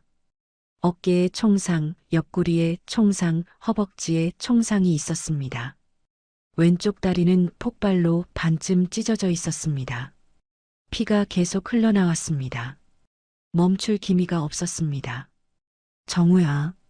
예, 형님. 고마웠어. 끝까지 함께 해줘서. 정우는 눈물을 흘렸습니다. 형님, 울리지 마세요. 제가 형님 살릴게요. 아니야. 나는 이미 살았어. 뭐라고요? 민철은 미소 지었습니다. 피 묻은 얼굴에 희미한 미소가 떠올랐습니다. 나 자유로워졌잖아. 지뢰에서 벗어났고 철책 넘었고 강까지 왔어. 이미 이긴 거야. 정우는 고개를 저었습니다. 이해할 수 없었습니다. 어떻게 죽어가면서 이긴 거라고 말할 수 있을까요? 민철이 다시 말했습니다. 정우야, 내 부탁 하나만 들어줄래? 뭐든지 말씀하세요. 평양에 내 아내랑 딸이 있어. 김수진이랑 강지혜야. 찾아줄 수 있어? 정우는 고개를 끄덕였습니다. 찾아드릴게요. 꼭요. 고마워. 그리고 전해줘. 아빠가 끝까지 포기하지 않았다고. 자유를 찾으려고 노력했다고. 예, 형님. 그리고 너도 자유롭게 살아. 내 동생 정민이 못 가지. 약속해. 정우는 울먹이며 대답했습니다. 약속합니다, 형님. 민철은 천천히 손을 들었습니다. 정우를 향해서요. 정우도 손을 내밀었습니다. 두 사람의 손이 맞닿았습니다. 차가운 얼음 위에서, 국경선 위에서 두 사람은 마지막 악수를 나눴습니다. 정우야. 예. 자유롭게 살아. 진짜 사람답게. 형님도요. 형님도 살아야 합니다. 민철은 고개를 저었습니다. 이미 알고 있었습니다. 자신이 얼마 남지 않았다는 걸요. 피가 너무 많이 빠져나갔습니다. 체온이 급격히 떨어지고 있었습니다. 시야가 흐려졌습니다. 북한 강변에서 장교들이 지켜보고 있었습니다. 망원경으로 민철을 보고 있었습니다. 민철은 그들을 향해 손을 들어 흔들었습니다. 작별 인사였습니다. 이제 당신들은 나를 가둘 수 없다는 의미였습니다. 장교 중 한 명이 총을 들어 올렸습니다. 민철을 조준했습니다. 하지만 옆에 있던 상급자가 총을 내리게 했습니다. 국제 문제가 될 수 있었으니까요. 그들은 그저 지켜볼 뿐이었습니다. 민철이 죽어가는 걸요. 민철은 다시 하늘을 올려다봤습니다.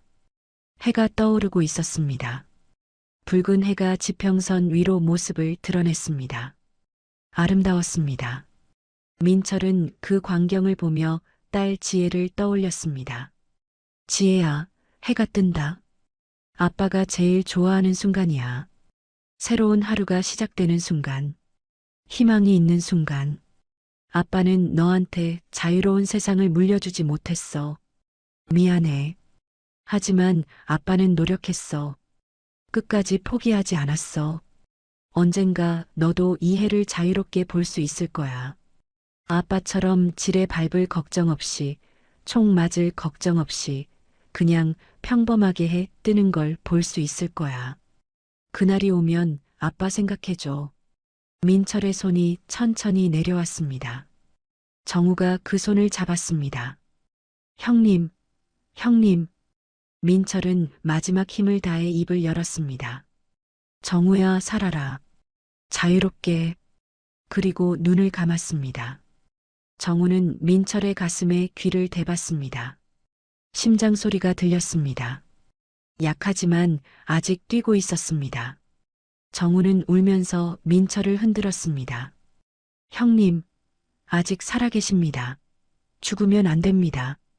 하지만 민철은 대답하지 않았습니다. 의식을 잃은 겁니다. 정우는 민철을 다시 안아 일으켰습니다. 그리고 중국 쪽 강변을 향해 걷기 시작했습니다. 끌고 밀고 온 힘을 다해 민철을 데리고 갔습니다. 100m를 더 갔습니다. 50m를 더 갔습니다. 20m 남았을 때 중국 쪽 강변에서 사람들이 나타났습니다. 중국 주민들이었습니다. 국경에서 총소리를 듣고 나온 겁니다. 저기 사람이다. 탈북자 같아. 사람들이 달려왔습니다. 정우를 도왔습니다. 함께 민철을 끌고 강변까지 갔습니다. 중국 땅이었습니다. 완전히 국경을 넘어선 겁니다. 정우는 민철을 땅에 내려놓았습니다. 중국 땅 위에요. 그리고 다시 민철의 가슴에 귀를 대봤습니다. 심장이 뛰고 있었습니다. 약하게, 아주 약하게, 하지만 아직 뛰고 있었습니다. 형님, 해냈습니다. 중국입니다. 우리 해냈어요. 민철은 대답하지 않았습니다. 하지만 입가에 희미한 미소가 떠올랐습니다. 마치 들은 것처럼요. 중국 주민 한 명이 말했습니다. 병원 데려가야 해. 빨리 안 가면 죽어. 사람들이 민철을 들어 올렸습니다. 가장 가까운 마을로 데려갔습니다. 정우도 함께 따라갔습니다. 민철의 손을 계속 잡은 채로요. 북한 강변에서 장교들이 지켜보고 있었습니다. 민철과 정우가 중국 주민들에게 둘러싸여 사라지는 걸 봤습니다. 그들은 무전기를 들었습니다. 탈북병 2명, 중국 입경 확인. 생사 불명.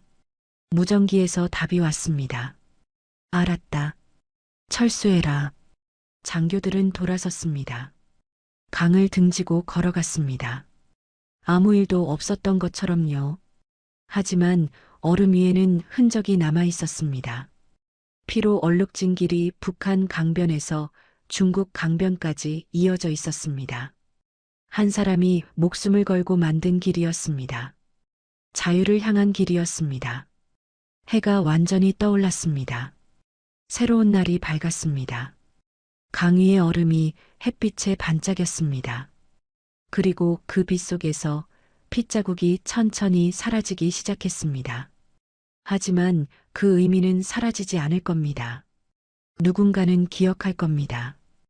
이곳에서 한 사람이 자유를 위해 싸웠다는 걸요. 그로부터 3년이 흘렀습니다. 서울 마포구의 작은 탈북민 인권단체 사무실이었습니다. 겨울 오후 햇살이 창문으로 스며들었고 사무실 안에는 세 사람이 앉아 있었습니다. 정우아, 그리고 민철의 아내 수진, 5살이었던 딸 지혜는 이제 8살이 되어 있었습니다. 정우는 그날의 이야기를 천천히 들려주고 있었습니다. 지뢰를 밟고 24시간을 버텼던 강민철의 이야기를요. 수진은 울고 있었습니다. 소리 없이 눈물만 흘리고 있었습니다. 지혜는 정우의 말을 한마디도 놓치지 않으려는 듯 집중하고 있었습니다. 그렇게 형님은 강을 건너셨습니다. 마지막까지 포기하지 않으시고요. 수진이 떨리는 목소리로 물었습니다. 그 후엔 어떻게 됐나요? 그 사람 살았나요? 정우는 잠시 침묵했습니다. 그리고 천천히 고개를 끄덕였습니다. 중국 병원으로 옮겼습니다. 의사들이 기적이라고 했어요. 그렇게 많은 피를 흘리고도 살아있다는 게요. 지금은요? 지금은 어디 계세요? 정우는 눈을 내리깔았습니다. 형님은 3개월 후에 돌아가셨습니다. 폐렴 합병증이었어요. 총상으로 약해진 몸이 감염을 이기지 못했습니다. 수진의 어깨가 떨렸습니다. 지혜가 엄마의 손을 꽉 잡았습니다. 하지만 형님은 끝까지 의식이 있으셨어요. 마지막 순간까지 제 손을 잡고 계셨고요. 마지막에 뭐라고 하셨나요? 정우는 그날을 떠올렸습니다. 중국의 작은 병원 침대에 누워있던 민철이었습니다. 왼쪽 다리는 무릎 아래가 절단된 상태였고 온몸에 붕대가 감겨 있었습니다. 하지만 눈만은 또렷했습니다. 정우야, 약속 지켜줄 거지? 무슨 약속이요, 형님? 수진이랑 지혜 찾아주기로 한 거. 꼭 데려와. 여기로. 걱정 마세요. 제가 반드시 찾아드릴게요. 민철은 미소 지었습니다. 그리고 창밖을 바라봤습니다. 중국의 하늘이 보였습니다. 새가 날아가고 있었습니다. 자유롭게요. 나 자유로워졌어, 정우야. 진짜로. 예, 형님. 형님은 해내셨어요. 고마워. 끝까지 함께 해줘서. 그게 민철의 마지막 말이었습니다. 정우는 수진에게 말했습니다. 형님은 편안하게 가셨어요. 고통스러워하지 않으셨어요. 오히려 미소 짓고 계셨습니다. 수진이 물었습니다. 우리 이야기는 하셨나요? 매일 하셨어요. 수진 씨 이야기, 지혜 이야기. 그리고 언젠가 꼭 데려오겠다고 하셨어요. 제가 형님 대신 약속을 지킨 겁니다. 수진은 고개를 숙였습니다. 지혜가 물었습니다. 아저씨, 우리 아빠 영웅이었어요? 정우는 지혜를 바라봤습니다. 8살 아이의 눈에 눈물이 고여 있었습니다. 정우는 고개를 끄덕였습니다. 그럼 너희 아빠는 진짜 영웅이었어. 나를 살렸고 너희들도 살렸고 그리고 많은 사람들에게 희망을 줬어. 어떻게요? 아빠 이야기를 사람들에게 들려주거든. 지뢰를 밟고도 포기하지 않았던 이야기. 자유를 위해 끝까지 싸웠던 이야기. 그 이야기를 들은 사람들이 용기를 얻어 지혜는 눈물을 닦았습니다. 그리고 물었습니다. 아저씨, 아빠가 저한테 하고 싶었던 말이 뭘까요? 정우는 잠시 생각했습니다. 그리고 대답했습니다. 자유롭게 살라고 하셨을 거야. 진짜 사람답게. 그게 아빠가 가장 원하셨던 거거든. 지혜는 고개를 끄덕였습니다. 그리고 창밖을 바라봤습니다. 서울의 하늘이 보였습니다. 구름 사이로 햇빛이 쏟아졌습니다. 새들이 날아가고 있었습니다. 국경도 없고 철책도 없고 지뢰도 없는 하늘이었습니다. 수진이 물었습니다. 그 사람 무덤은 어디에 있나요? 중국 국경 마을 공동묘지에 묻혔어요. 제가 매년 찾아뵙고 있습니다. 저도 가고 싶어요. 언젠가 함께 가요. 지혜도 데리고요. 수지는 눈물을 닦았습니다. 그리고 정우에게 물었습니다. 정우 씨는 어떻게 사셨어요? 그 후로요. 정우는 창밖을 바라봤습니다. 형님 약속 지키려고 살았어요. 자유롭게, 진짜 사람답게. 대학도 다녔고, 지금은 이렇게 탈북민들 돕는 일하고 있고요. 동생 정민이 생각도 많이 나시죠? 정우는 고개를 끄덕였습니다. 매일 생각해요. 정민이가 살지 못한 삶을 제가 대신 사는 거니까요. 형님이 살지 못한 삶도요. 세 사람은 잠시 침묵했습니다. 창밖에서 자동차 지나가는 소리가 들렸습니다. 사람들이 웃고 떠드는 소리가 들렸습니다. 평범한 일상의 소리였습니다. 민철이 그토록 원했던 일상이었습니다. 정우가 일어나 창가로 걸어갔습니다. 그리고 말했습니다. 형님은 실패하지 않으셨어요. 오히려 이기신 겁니다. 수진이 물었습니다. 어떻게요? 돌아가셨는데요. 형님은 자유를 얻으셨어요. 비록 짧았지만 3개월 동안 진짜 자유를 누리셨어요. 그리고 저를 살리셨고 여러분도 살리셨어요. 그게 이긴 거예요. 정우는 주머니에서 낡은 사진 한 장을 꺼냈습니다. 중국 병원에서 찍은 사진이었습니다. 침대에 누운 민철이 카메라를 보고 있었습니다. 웃고 있었습니다. 이게 형님 마지막 사진이에요. 드리고 싶어서 가져왔어요. 수진이 사진을 받아들었습니다. 민철의 얼굴을 보며 눈물을 흘렸습니다. 지혜도 엄마 어깨 너머로 사진을 봤습니다. 아빠 웃고 있어요. 응, 웃고 계시네. 행복해 보여요.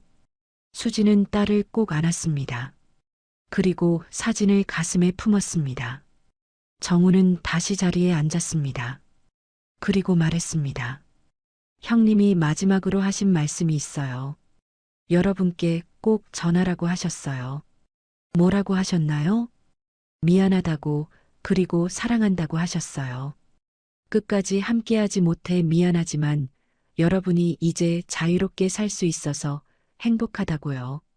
수지는 소리내어 울었습니다. 지혜도 엄마와 함께 울었습니다. 정우도 눈시울이 붉어졌습니다. 세 사람은 한참을 그렇게 앉아 있었습니다. 눈물을 흘리고 기억하고 그리워했습니다. 그리고 감사했습니다. 민철의 희생이 헛되지 않았다는 걸, 그의 꿈이 이루어졌다는 걸 알았으니까요. 해가 기울었습니다. 석양빛이 사무실을 붉게 물들였습니다. 정우는 일어서며 말했습니다. 이제 가봐야겠어요. 오늘 저녁에 강연이 있거든요. 무슨 강연이요? 탈북민 이야기를 들려주는 거예요. 형님 이야기도 하고요. 사람들이 알아야 한다고 생각해요. 거기서 무슨 일이 벌어지는지, 사람들이 얼마나 간절히 자유를 원하는지요. 수진이 일어서서 말했습니다. 저도 도울 수 있는 일이 있을까요? 물론이죠.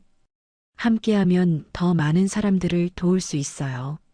세 사람은 악수를 나눴습니다. 그리고 함께 사무실을 나섰습니다. 서울의 거리를 걸었습니다. 자유롭게요. 지뢰 걱정 없이, 총 맞을 걱정 없이, 그냥 평범하게 걸었습니다. 민철이 그토록 원했던 삶이었습니다.